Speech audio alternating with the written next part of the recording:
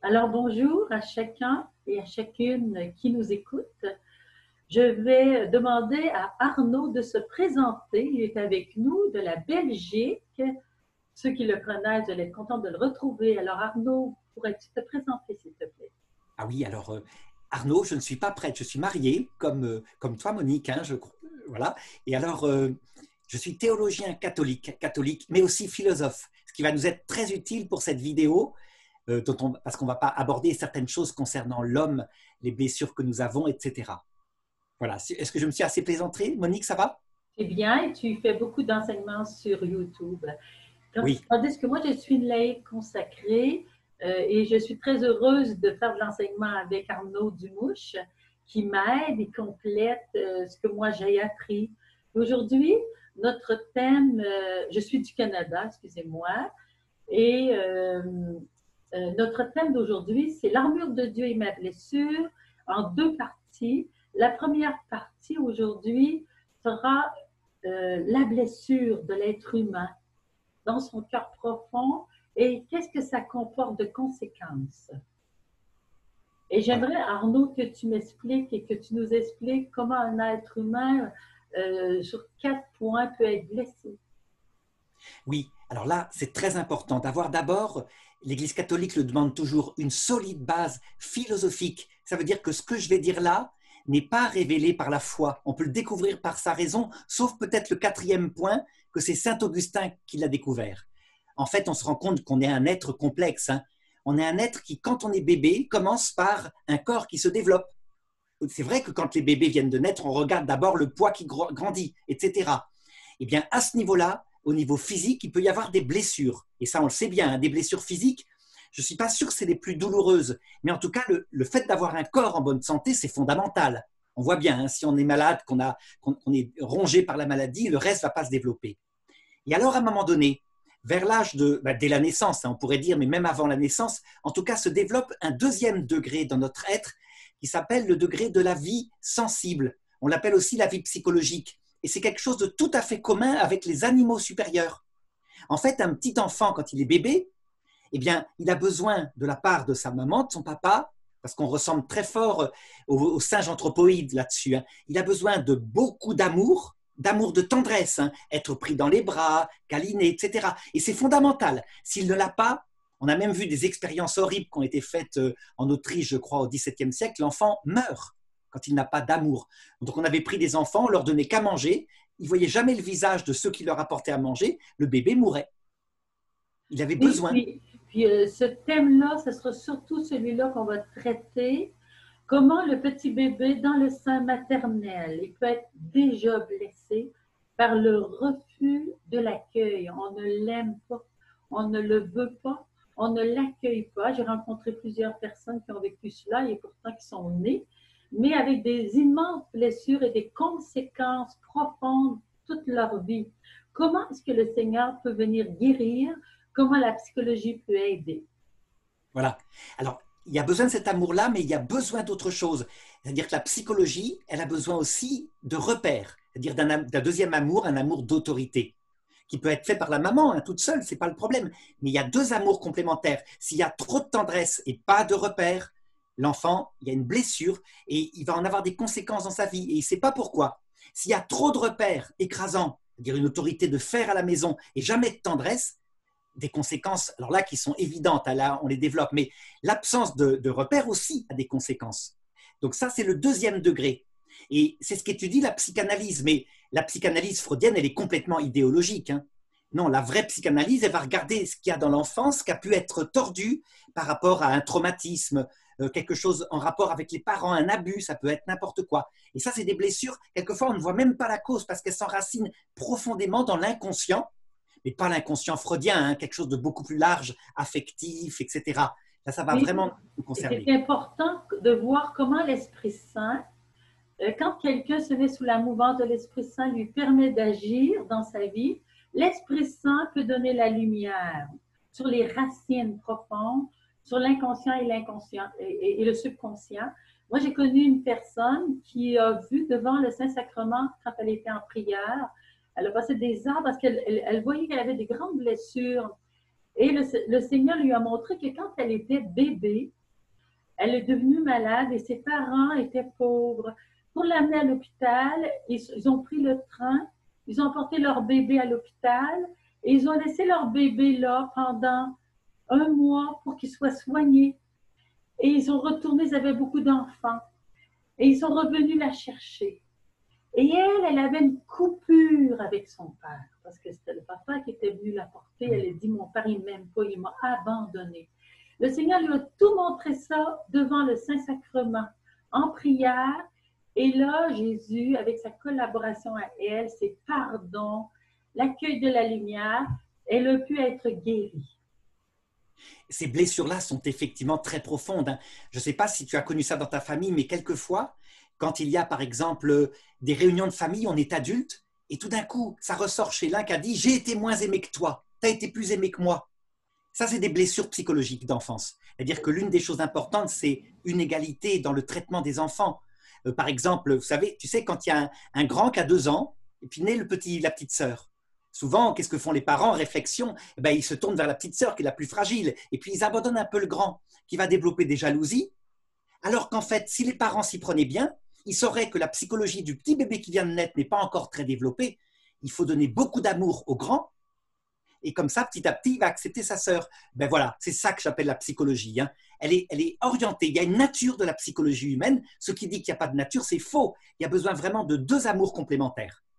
Alors, 3e degré, à partir d'un certain moment, on voit dans la croissance de l'enfant, peut-être vers 5 ans ou peut-être un peu avant, se développe l'intelligence qui, cette fois, est capable de juger du bien, mais aussi du vrai. Et tu remarqueras que les enfants, ils sont natifs sur leur intelligence. Si tu leur racontes un mensonge en leur disant, par exemple, pour jouer, il y a pas dans cette boîte, il n'y a pas d'objet, alors que tu viens d'en mettre un, ils savent bien que tu ne dis pas la vérité. Ils sont en rapport avec la réalité. Bien, en fait, notre intelligence, elle a un objet, c'est la vérité. Et véritablement, si on lui dit que l'objet de l'intelligence est par exemple une idéologie quelconque, on voit bien les intelligences des adultes actuellement qui sont souvent blessées parce que ça n'a pas d'intérêt. Ou alors c'est une vérité mais tellement partielle. Des étudiants par exemple qui étudieront l'ADN de l'allèle numéro 4 de la mouche, et ça toute leur vie. Alors que l'intelligence, elle a besoin de savoir la vérité sur plein de choses, sur tout. Ça, Oui. c'est donc... Oui, vas-y, je te laisse parler. Je veux dire que quand nous sommes blessés, en lien avec notre blessure, nous pouvons tomber dans le mensonge. Je te donne un exemple. Par exemple, une personne qui est rejetée, elle va être portée à avoir peur d'être rejetée et à croire qu'on la rejette. Et le mensonge va entrer dans sa psychologie et va l'empêcher d'entrer en relation avec les autres. Elle va développer des mécanismes à cause des mensonges. Et c'est très, très important que chaque personne retrouve la vérité. Peut-être que son père ou sa mère ne l'ont pas accueillie, mais ce n'est pas la raison pour laquelle elle est un rejet dans son être profond, parce que Dieu l'aime, parce qu'il y en a d'autres personnes qui vont l'aimer. Et peut-être même ses parents qui ne l'ont pas accueilli à la conception vont être capables de l'aimer plus tard. Mais comment elle va s'en sortir de ce rejet? Encore là, il faudra qu'elle accepte la vérité. Et oui. Donc la vérité est importante, hein. Oui. Alors ça, c'est une vie particulière à l'homme. Les animaux n'en ont pas. Les animaux n'ont que le 1er et le 2e degré. Ce 3e degré, il n'y a pas que la vérité, il y a aussi le bien. Par exemple, je ne sais pas si j'avais raconté cette histoire-là, je me rappelle d'une fois, il y avait le film qui s'appelait 4 mariages et un enterrement qui était sorti, et une émission à la radio était sortie en disant « J'ai rencontré le grand amour le jour de mon mariage ». Donc sous-entendu, on devait témoigner comme quoi on avait abandonné son mari parce qu'on avait rencontré un autre homme le jour de son mariage. Et alors, il ne trouve personne, évidemment, c'est trop gros, mais il trouve quand même une femme qui finit par dire « J'ai rencontré le grand amour alors que j'avais 20 ans de mariage ». Des enfants qui avaient à peu près 5 ans, 8 ans, 15 ans, etc. Et alors la psychologue qui était là demande « Mais vous êtes parti pour cet autre amour ?» « Oui, je suis parti. » « Et comment a réagi votre mari ?»« Ah ben, il a fait une dépression. » « Et comment ont réagi vos enfants ?»« Ah ben, mes enfants, ils n'ont pas voulu me voir, ils n'ont plus voulu me voir, ils sont restés avec mon mari. » Et la psychologue de conclure « Comme les enfants sont égoïstes. » Tu vois, ça veut dire qu'en fait, cette psychologue avait dans sa tête quelque chose qui s'appelle le plaisir. C'est-à-dire comme si l'homme, la seule chose qui compte, et la femme, c'est de chercher son plaisir et tant pis pour les autres. Eh bien, c'est une erreur fondamentale. En fait, cette femme qui a trahi son mari, qui l'aimait, qui n'avait pas fait de mal, hein, simplement pour un coup de cœur sentimental, qui a abandonné ses enfants, il y a une blessure morale qui va venir parce que notre esprit, notre volonté est faite pour le bien. Et donc, quand on trahit, il y a une blessure morale qui s'appelle le péché. Et la psychologue ne sait plus ce que c'est que le péché. Donc, tu vois, ce troisième degré de vie implique des blessures sur l'intelligence, sur la volonté orientée naturellement par Dieu vers le bien. Et le bien, c'est par exemple, tu ne trahis pas quelqu'un à qui tu as donné ta parole, tu ne traites pas ta femme comme un chien, etc. Oui, puis le Seigneur, d'ailleurs, quand on travaille pour la guérison de quelqu'un, j'ai remarqué que le Seigneur guérit quelqu'un quand il se réconcilie, quand il accepte de pardonner et quand il accepte d'honorer ses parents, selon la quatrième parole de l'Exode, tu honoreras ton père et ta mère, parce que ton père et ta mère t'ont donné la vie afin que toi tu aies longue vie, c'est-à-dire une bénédiction. Et Si oui, je n'honore pas mes parents, c'est-à-dire que je me révolte contre eux, que je laisse entrer la haine oui, la haine et la malédiction dans mon cœur et dans ma volonté contre eux, je ne pourrai pas guérir en profondeur, parce que c'est le Seigneur qui guérit. Le psychologue va aider à donner la lumière. Moi, j'en ai rencontré des psychologues qui disaient, moi, je ne peux pas guérir. Même une psychanalyste dit, moi, je ne peux pas guérir. C'est Dieu qui guérit. Et je prie pour mes clients. Donc, en profondeur, les racines, c'est Dieu qui les guérit. Nous autres, on peut, par la connaissance, choisir des nouveaux comportements, mais on ne peut pas aller guérir la racine. Et cette racine-là va être guérie si nous autres, on accepte de pardonner.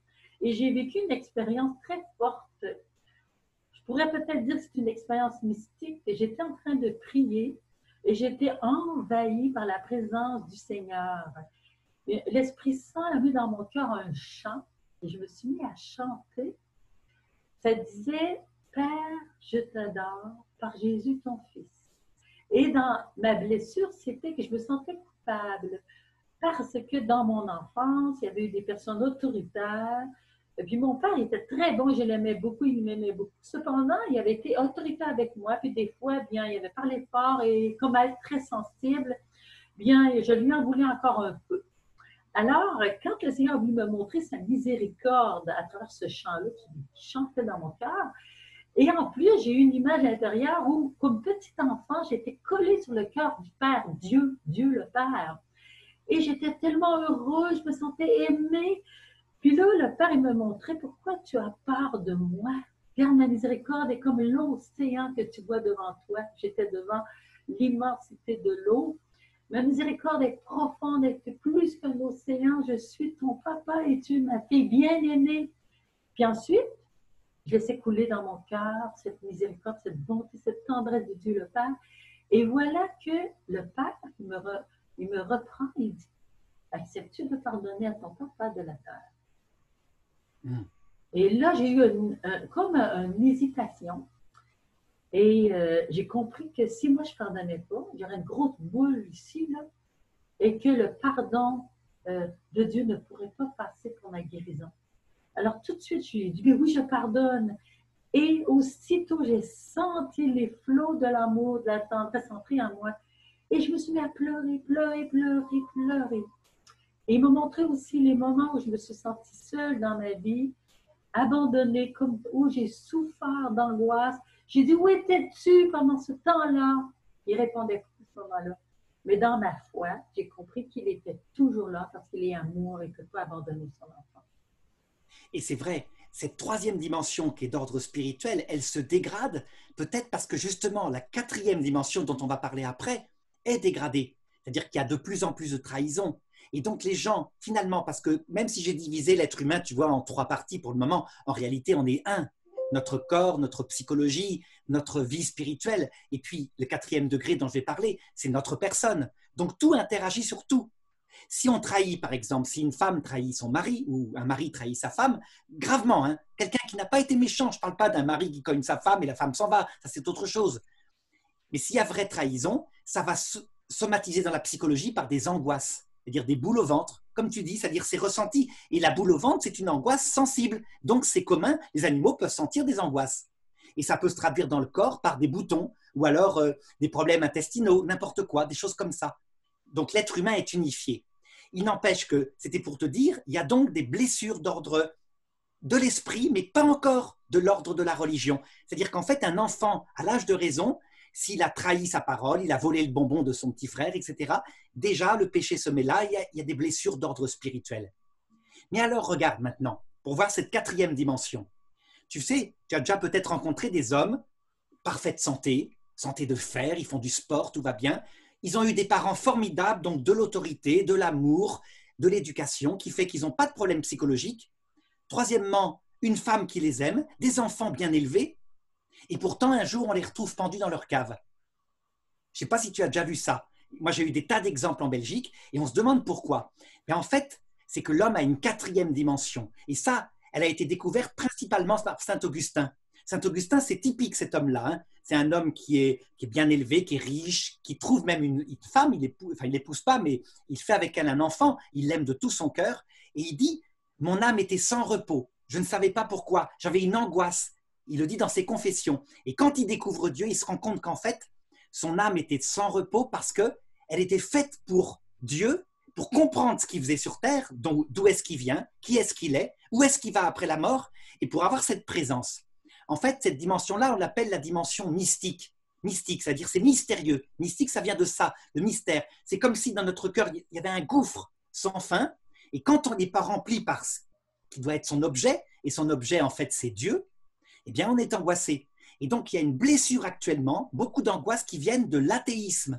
L'athéisme global, on te dit, mais non, Dieu, c'est une hypothèse dont on se passe. Et même quelqu'un comme Feuerbach dit, l'angoisse métaphysique, c'est parce qu'on projette un Dieu imaginaire. Eh bien, cette dimension-là, pour les enfants, vers l'âge de raison, les parents doivent leur donner une explication de ce qu'ils font sur Terre. Sinon, ils développent plus tard, ils ont une très bonne éducation, ils peuvent développer un cœur angoissé, ils ne savent pas pourquoi. C'est le grand malheur actuel. Donc voilà le 4e degré des blessures du cœur. C'est merveilleux, Arnaud, je trouve ça très, très éclairant. Maintenant, nous allons aller chercher un dessin pour pouvoir continuer l'enseignement. Alors, c'est un dessin que j'ai fait et qui nous aidera à expliquer, vous le voyez maintenant, alors à comprendre un petit peu, parce qu'il y a des personnes visuelles. Moi, je suis une personne visuelle. Alors, tu vois, la blessure est ici. La blessure, elle a été assumée par Jésus. En ce vendredi saint, on va faire mémoire du cœur de Jésus transpercé. Jésus a assumé nos cœurs transpercés.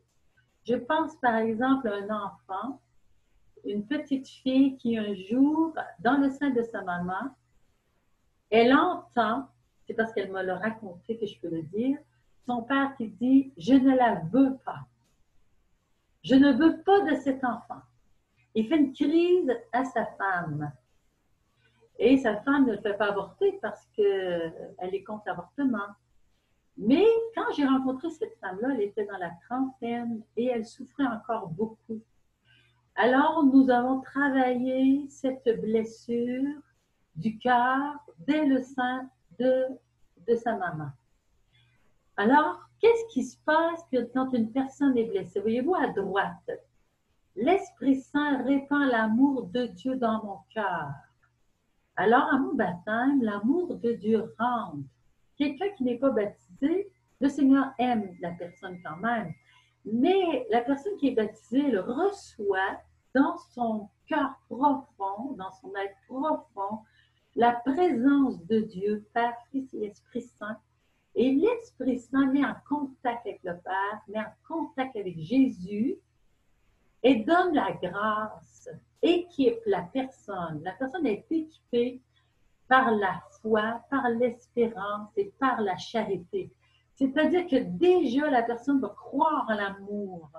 Donc, le petit enfant qui va être baptisé, même s'il a une blessure au cœur, il va commencer à être équipé par cet amour qu'il reçoit, par l'espérance, la confiance en Dieu et par la charité. lui-même va se mettre à aimer de l'amour de Dieu, pas seulement de l'amour naturel. Il va aimer ses parents, mais il va se mettre à aimer de l'amour de Dieu. Cependant, dans une famille où l'enfant n'est pas nourri par la prière de ses parents, par l'accompagnement où on lui dit Jésus, il est là, Jésus, il est là, et c'est maman Marie, et le petit bébé qui est dans les bras de maman Marie, c'est Jésus, mais c'est toi aussi, parce que c'était maman du ciel. Si les parents ne parlent pas dès l'enfance à leur enfant, l'enfant ne peut pas développer sa vie intérieure qui l'équiperait pour guérir sa blessure. Parce qu'on peut avoir été des parents chrétiens qui ont blessé son enfant dès le sein maternel sans s'en rendre compte. On a pu faire des colères, on a pu ne pas désirer notre enfant parce qu'on est épuisé, parce qu'on n'en peut plus. Et puis, mais si on nourrit notre enfant par l'amour de Dieu, déjà, il a un échappatoire.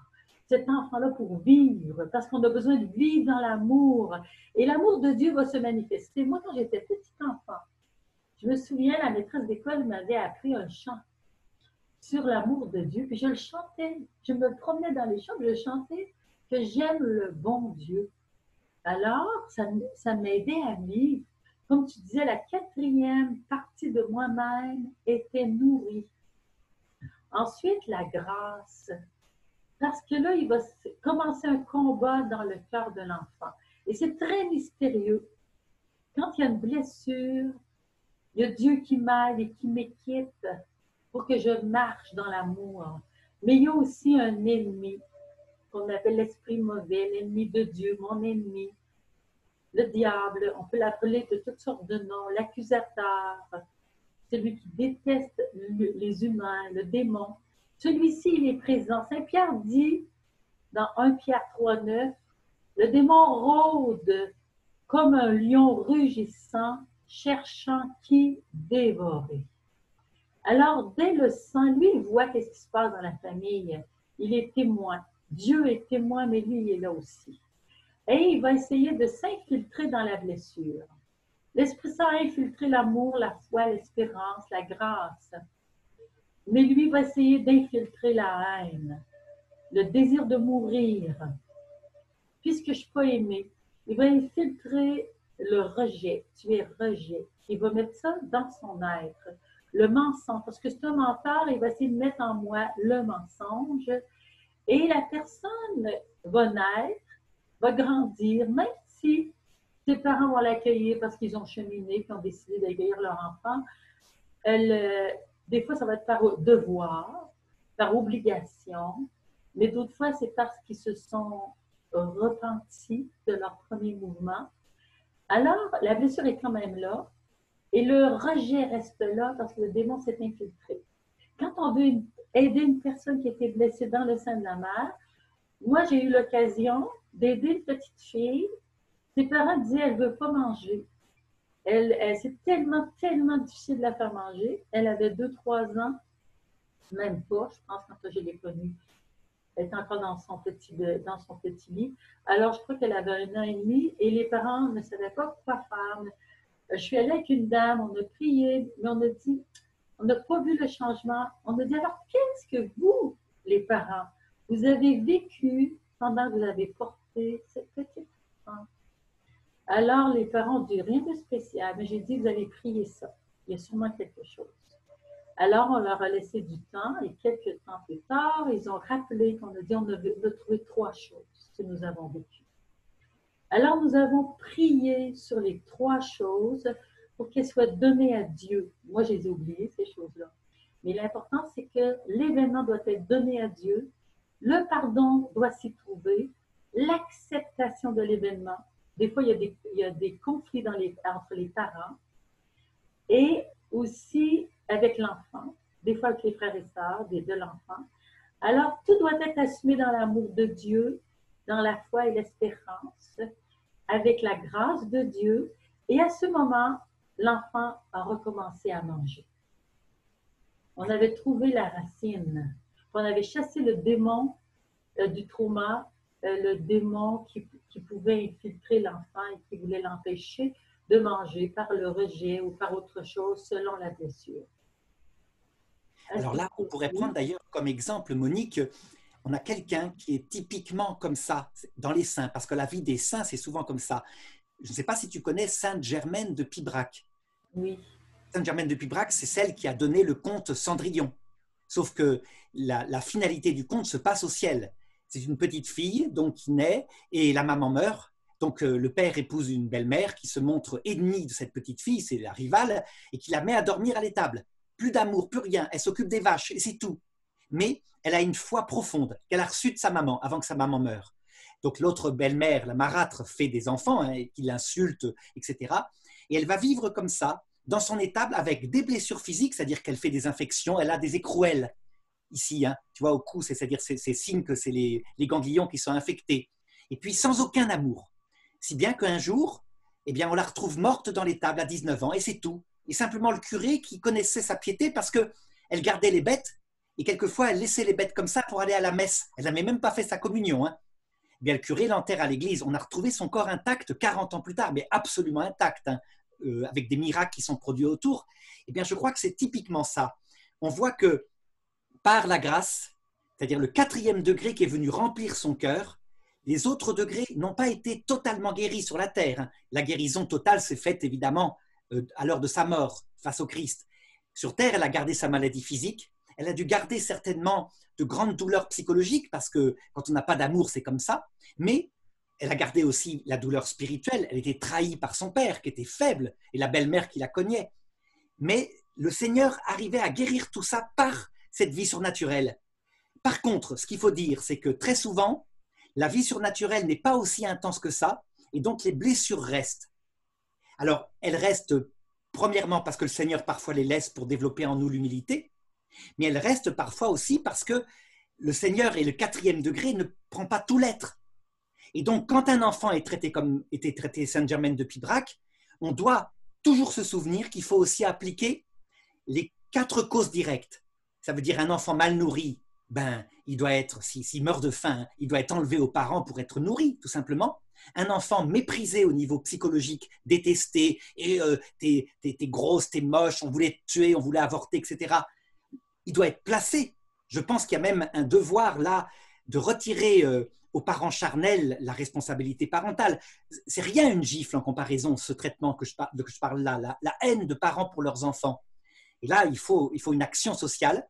Et puis, quand il y a trahison au niveau spirituel, pareil, c'est très grave. Donc, des parents qui n'aiment pas leurs enfants volontairement et qui leur disent.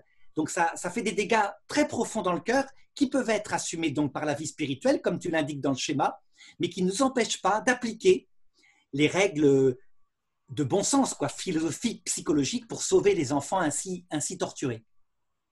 oui, c'est très beau parce que chaque blessure dès l'enfance, dans le sein ou à la naissance, c'est la croix de Jésus qui a été plantée dans le cœur. Le Seigneur m'a montré ça une fois. Il dit, j'ai partagé ma croix avec toi. Mais euh, le Seigneur peut guérir si la personne, elle est enseignée. Si la personne, elle est accompagnée et aidée par des gens qui sont instruits sur la guérison intérieure, on peut faire les pardons, par exemple, aux parents, mais la douleur va rester comme Germaine de Pibrac, la douleur d'être rejeté parce que les parents, eux, ne se réconcilient pas avec leur enfant. Mais la douleur va être amenuisée par l'amour de Dieu. Quand le Seigneur mène, c'est une grande consolation qui n'enlève pas la douleur humaine. Et le Seigneur ne choisit pas de guérir la croix toujours, il nous laisse une croix. Et comme le paralytique à côté du bassin d'eau, la piscine de Bethesda, lui, il ne pouvait pas être jeté dans la piscine parce que personne ne l'aidait. Alors Jésus dit, veux-tu guérir? Il dit, oui, personne ne m'aide, mais je vais t'aider. Alors Jésus lui dit, lève-toi et marche. Certaines fois, le Seigneur accorde à des personnes de se lever de sa paralysie psychologique, affective, et de marcher dans ses relations humaines, dans la foi et l'amour. Il sentira toujours, comme on dit là, la douleur, mais il ne fera plus de pu. Ça va prendre des années avant que la blessure ne fasse plus de pus. Tu vois dans le dessin, il y a du pus. Oui, oui. Alors, le pus, c'est les émotions toxiques. Le Seigneur Jésus a certainement libéré Germaine de Pibrac des émotions toxiques. C'était sa liberté qui était là, sa volonté qui était engagée parce qu'elle était toujours responsable et libre comme enfant de Dieu. Alors, elle était certainement libérée de la peur, Ah oui, certainement. Il y libérée de avait, la haine de soi et de la haine de ses parents. oui. Elle a dû Là, pour être le coup, sa libérée du vie rejet de ses surnaturelle, parents. voilà, sa vie surnaturelle avait tellement envahi les 3 autres degrés que elle guérissait déjà sur terre, même si ce n'était pas complètement. La guérison totale est arrivée, je l'ai dit, quand le Seigneur apparaît à l'heure de la mort. C'est Mais ça. Alors, elle voilà, a dû être libérée de l'amertume qui vient du non-pardon. Le Saint-Esprit, qui a dû agir dans son âme pour en faire une sainte, a dû lui faire faire ses pardons vis-à-vis de sa belle-mère et son père. Et elle a dû être libérée de la jalousie de ses frères et sœurs qui ont continué d'être aimés, puis elle a rejeté. Alors, vois-tu, ça, c'est l'Esprit Saint qui agit dans son cœur parce qu'elle a beaucoup, beaucoup prié. Et l'Esprit Saint a agi pour venir visiter la blessure et le pus s'est éteint. Il n'y avait plus de pus. Alors, tandis que ceux qui ont des émotions comme ça, la blessure génère du pus, s'ils n'ont pas d'aide, ils n'ont pas de milieu pour connaître Jésus, ou qui ont tendance à choisir le mal, celui qui va avoir de l'influence, c'est lui. Parce que les émotions toxiques, ici, peuvent générer des péchés. Et je suis toujours responsable de mes péchés, c'est-à-dire de mon choix du mal. Je suis responsable d'une responsabilité très, très diminuée quand j'ai été blessée. Quand je ne connais pas mes racines de blessure et que c'est mon subconscient, mon inconscient qui agit, alors mes péchés sont très, très, très, très faibles au niveau de la responsabilité. Mais l'ennemi, lui, essaie quand même de me tenter et de m'influencer. Alors, il va essayer de me tenter de pécher. Alors, il va essayer de me dire, regarde, pardonne pas ta belle-mère, elle est méchante. Tu devrais la haïr. Tu devrais la rejeter. Puis cache-toi d'eux autres parce qu'ils ne t'aiment pas. Puis regarde, tu devrais te haïr. Si tu n'aimes pas, c'est que tu es rien du tout. Tu ne vaux rien. Et aussi, ce que je n'ai pas écrit ici, il va essayer d'enlever la confiance. Il va mettre dans le cœur de la personne l'incrédulité dans la foi en Dieu et l'incrédulité dans la foi, dans l'amour des personnes. Il va essayer de tenter tout le temps de pécher. Il va tenter. Et si la personne est faible, fragile, n'est pas instruite sur la foi, puis elle a des tendances fortes à ouvrir la porte au mal, alors le démon va prendre du pouvoir sur elle, il va prendre une emprise sur elle et il peut l'infester. Il peut infester son esprit, il peut infester ses émotions, son affectivité, sa sensibilité, son inconscient. Et il peut aussi avoir une très grosse influence sur son intelligence et sur sa volonté pour l'opprimer de telle sorte qu'elle sera presque plus libre et l'obséder. Bien, c'est toujours notre volonté, avec la grâce de Dieu, qui peut s'en sortir et l'aide des personnes humaines. Et c'est pour ça que nous allons aider les personnes pour que lui, on le chasse. Mais on ne peut pas le chasser sans la volonté, mon choix libre.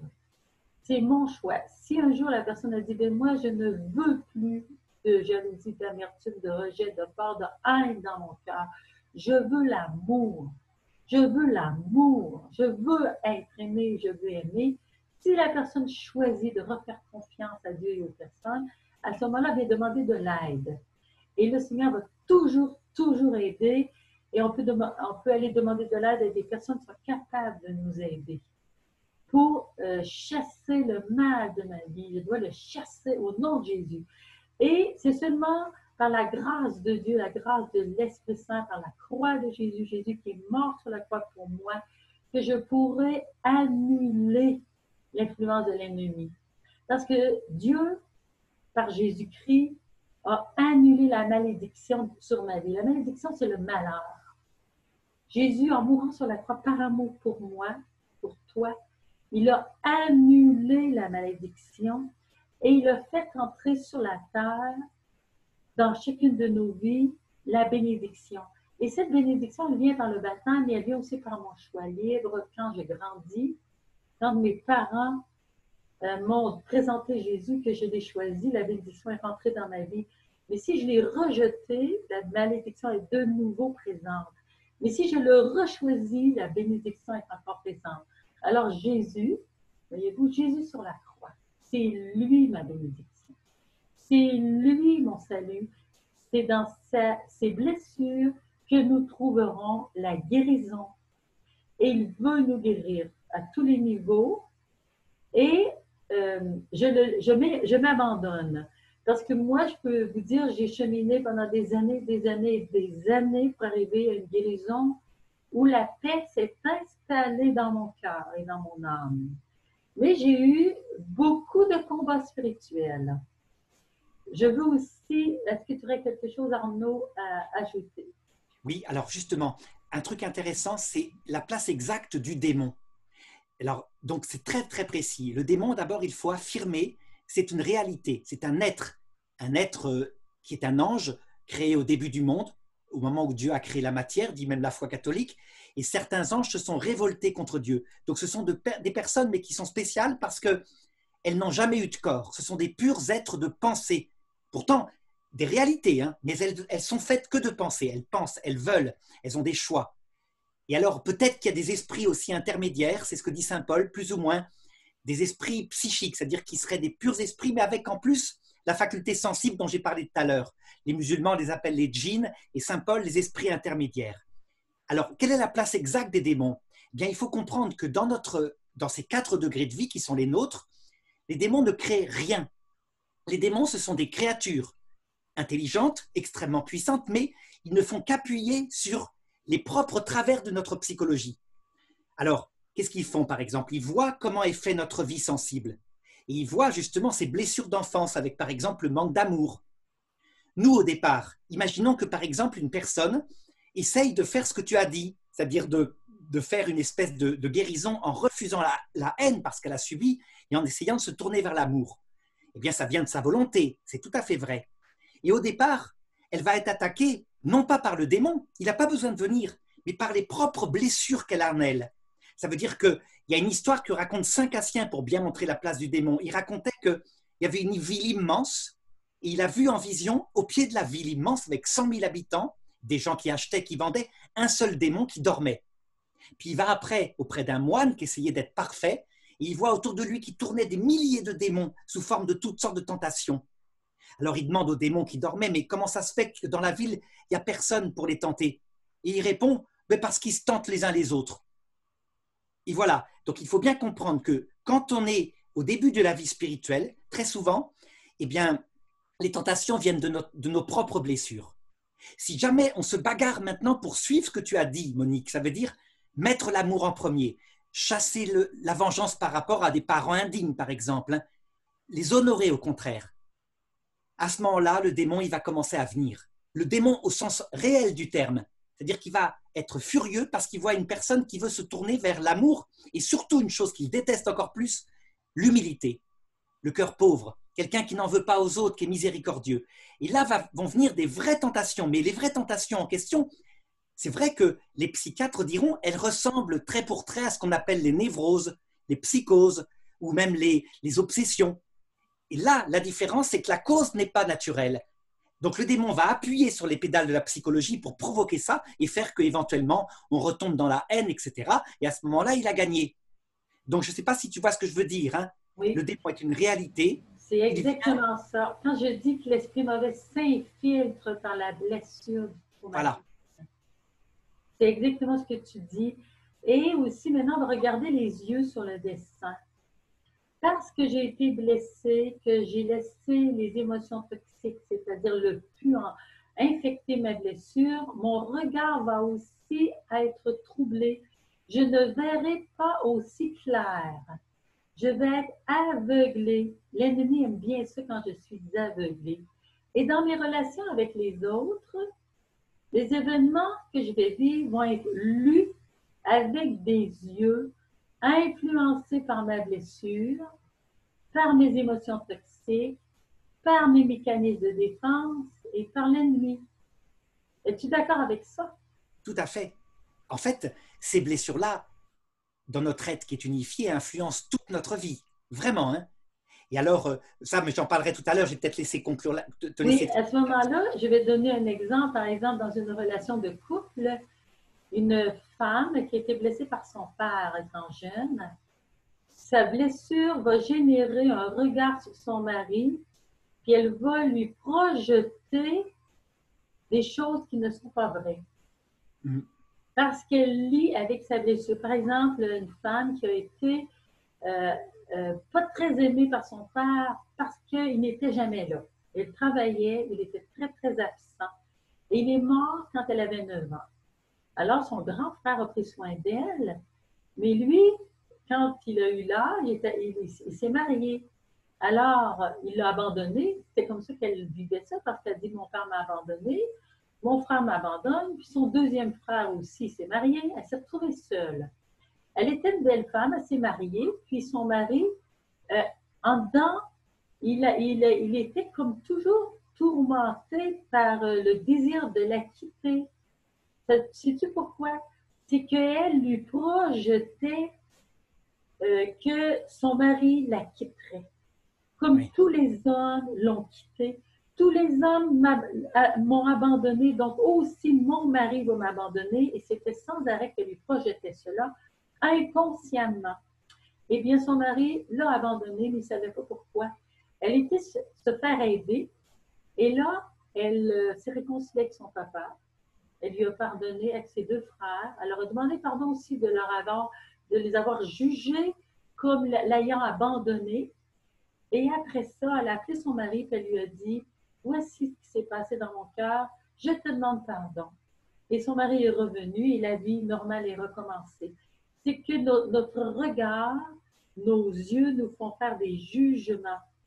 Et on rejette les autres aussi parce qu'on pense. Le mensonge entre dans notre intelligence, dans notre regard. Et à ce moment-là, ça brise et ça provoque des situations de conflit entre les personnes blessées. Pourquoi? Parce que mon discernement dans l'événement n'est jamais objectif à ce moment-là.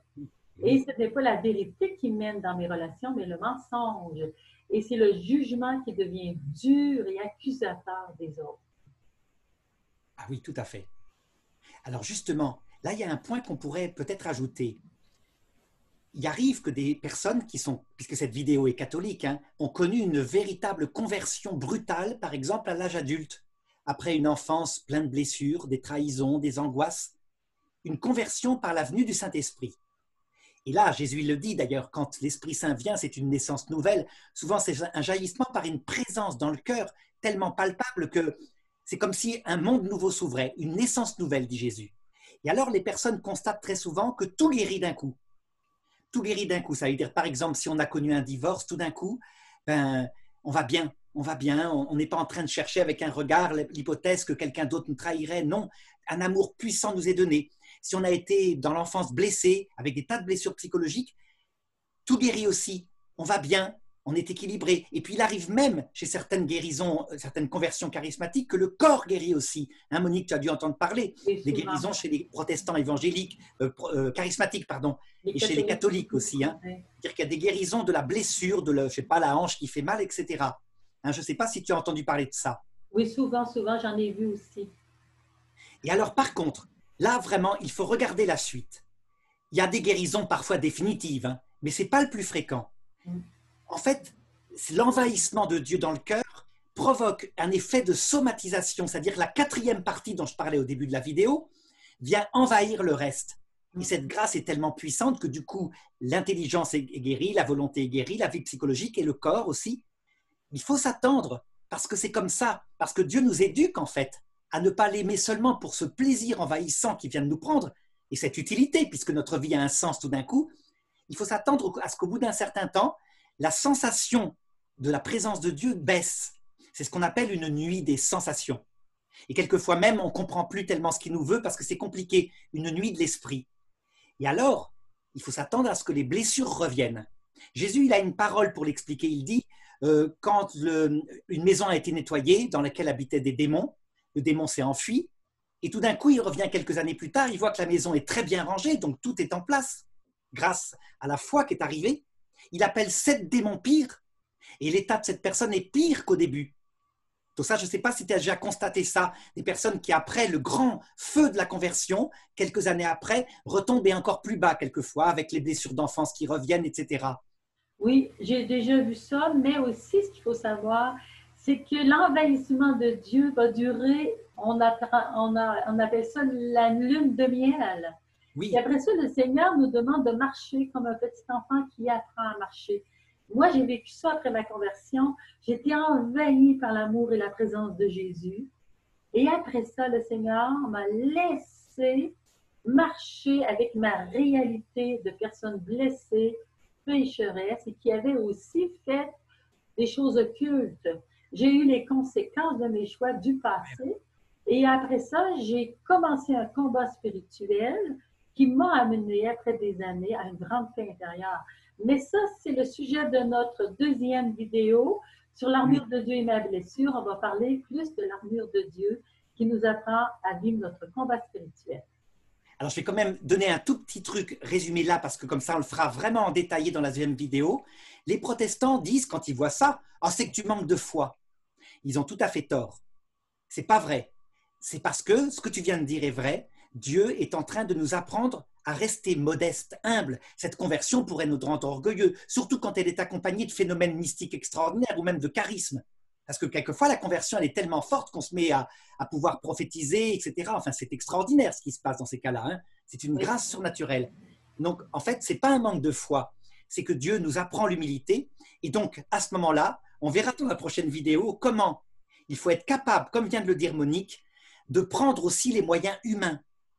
Dieu nous laisse dans la misère, il nous demande un combat spirituel, ça veut dire l'acquisition des vertus, il va bien falloir les acquérir, c'est-à-dire que notre psychologie mal éduquée se rééduque, que nos blessures d'enfance se mettent en place, et donc il nous demande de collaborer, quoi.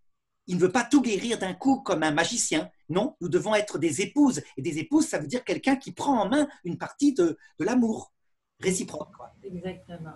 Je te remercie beaucoup, Arnaud.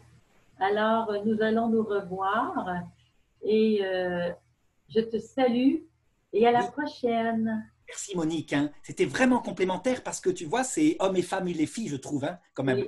Oui, oui, exactement. Puis on dit bonjour à tous nos téléspectateurs. Ceux qui veulent se procurer le dessin pourront le retrouver dans la boutique en ligne. Le lien, c'est https://moniquemusique.ca barre, oui, Moniquemusique.ca, oui, moniquemusique.ca barre oblique boutique. boutique. Alors, vous pouvez acheter le dessin si ça vous tente. Merci beaucoup. Au revoir.